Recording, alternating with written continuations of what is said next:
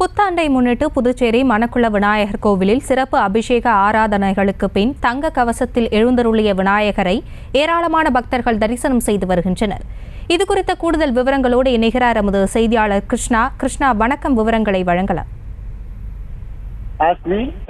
புத்தாண்டு பிறந்ததையொட்டி காலை முதல் புதுச்சேரியில் அனைத்து தேவாலயங்களிலும் கோவில்களிலும் பொதுமக்கள் தங்களுடைய புத்தாண்டை கொண்டாடும் விதமாக முதல் நாள் என்பதாக கோவில்களில் முதலில் சாமி தரிசனம் செய்து இந்த ஆண்டு துவங்குவது வழக்கமாக கொண்டு வருகிறனர். அதே போல இந்த புதுச்சேரியில் உள்ள ஸ்ரீ மணக்குள விநாயகர் கோவில் காலை 4 மணிக்கு நடை திறக்கப்பட்டது.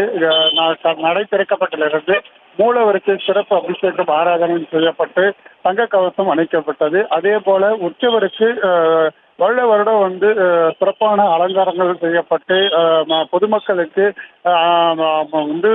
தரிசனம் செய்வதற்காகவே இந்த ஏற்பாடுகள் மணக்குள விநாயகர் கோவில் இந்த ஏற்பாடு செய்யப்பட்டுள்ளது.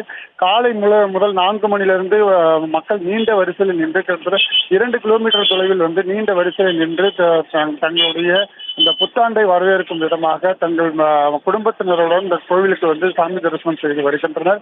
இந்த கோவிலுக்கு சிறப்பு தரிசனம் செய்யும் வரும் பக்தர்களுக்கு கோவில் நிர்வாகம் சார்பாக லட்டு பிரசாதமாக வழங்கப்பட்டு வருகிறது.